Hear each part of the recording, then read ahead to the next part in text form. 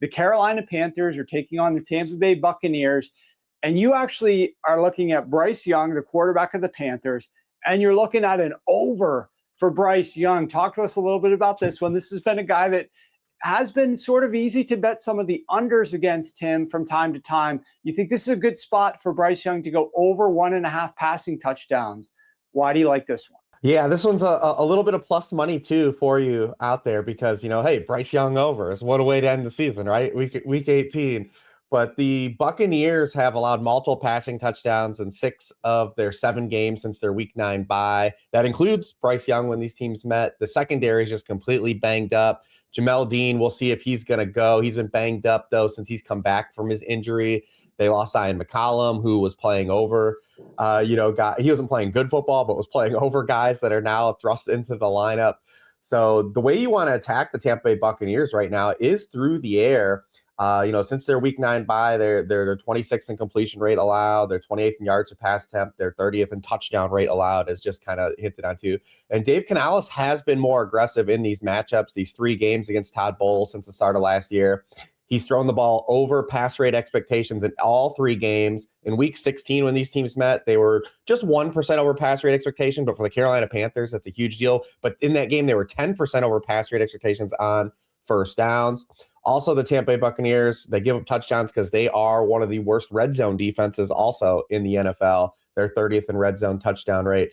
So this is one I expect Dave Canales to keep kind of being a little more aggressive in context of his own, play calling that he's had this season. The Buccaneers are vulnerable on the back end, and I like Bryce Young to still throw 2 passing touchdowns in this game. All right, so if we look at our OddsJam screen here, we can see that you could definitely find this at plus money up as high as plus 125, some plus 122. So some good odds there. Your next one, and you can see we'll do this in real time, player passing yards, and we're going to look at Trey Lance.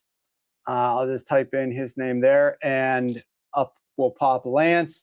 You can get the best number right now is 172.5. I know when you shared this the other day, it was 174.5. So you're looking at fading Trey Lance, going under Trey Lance's passing yards at 174.5. Talk to us about why you like this one. Yeah, this is just kind of the picking on the spot a little bit. No offense to Trey Lance, but he's just can kind of get thrown to the Broncos, I guess, so to speak here, and I guess not the Wolves. But we don't know who even he's going to be throwing to in Week 18. We don't know exactly the extent of how many guys will be resting for the Chargers. Obviously, there's a finite number. They can't rest everyone. But he's going to be playing with arguably some backups against one of the best pass defenses in the NFL, against a team playing for the number 1 seed. Denver has beaten up on bad quarterbacks the entire season. I mean, Justin Fields passed for 45 yards against them. Chris Oladukin on Christmas, 66 yards. Cam Ward, 112. Jake Browning, 125. Geno Smith, 143. Davis Mills, in relief of C.J. Stroud, came in for 137. In a similar spot to this as last year in Week 18, the Denver Broncos had to win in Week 18 against the Kansas City Chiefs team that was resting starters, and the Broncos needed to win to get in the playoffs. They only allowed 98 passing yards to Carson Wentz in that game. So I think it's just a really tough spot for Trey Lance. It's going to be a spot where the Chargers will be getting a look at him, but it's going to be more of a simulation to end type of game for the Chargers, and just a terrible matchup for him to kind of stack production against the Denver Broncos. So I like to get on the under for his passing yards in this game. I was going to ask you your opinion on Trey Lance's rushing yards, but they don't even have a line posted yet for that, even though we know he's starting. So it's frustrating this time of year, Week 18.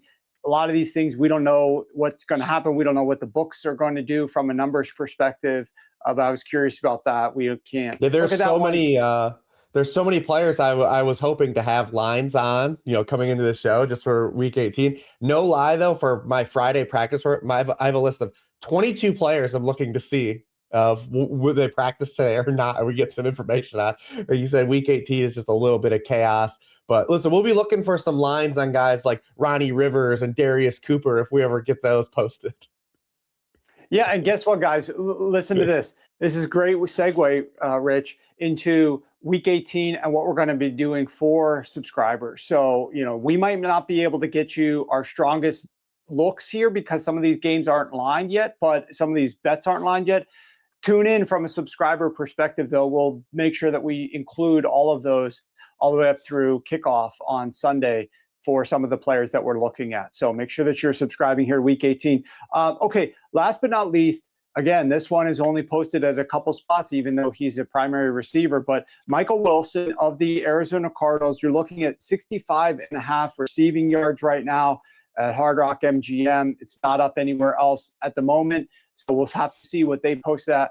Why do you like the over here for Michael Wilson, and you think that he's going to have a solid conclusion to his season against the LA Rams? Yeah, Michael Wilson, if the lines come out anywhere close to this, at other more accessible books, I mean, he's averaging 96.5 receiving yards per game his past 7, 117.5 yards per game in games without Marvin Harrison Jr., who's already been ruled out for week 18. You get Jacoby Brissett averaging 41.2 pass attempts per game. We would get Wilson again, like I said, to close the season as a clear wide receiver 1. On his snaps this season with Marvin Harrison Jr. off the field, he's been targeted on 29% of his routes, 2.35 yards per route run. Those would be top 10 rates for the full season at wide receiver. He also is 93 yards short of his first 1,000-yard receiving season, which I'm sure we'll see the Arizona Cardinals be in position to kind of push him for that. And when these teams met, in week 14, I mean, he caught 11 passes for 142 yards in that game. So be interesting to see where this comes out line. If it's anywhere close to that 65.5 or even just like, below 70, we'll be in on this one, probably laddering it all the way through to 100 because I do believe they're going to try to push for him to get those 1,000 yards this season.